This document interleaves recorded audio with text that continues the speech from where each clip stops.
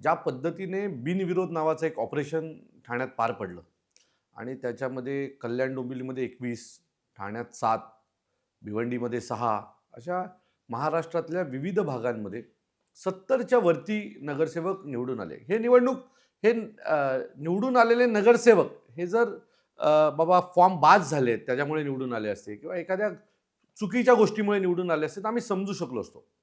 सुरुवातीला 3 नगरसेवक ज्यावेळेला निवडून आले त्यावेळेला आम्हाला हे नॅचरली वाटलं की शक्य आहे, होऊ शकतं. पण ज्यावेळेला सकाळी 11, 12, 13 असा जो आकडा यायला लागला आणि मग मला काही कॉल यायला लागले.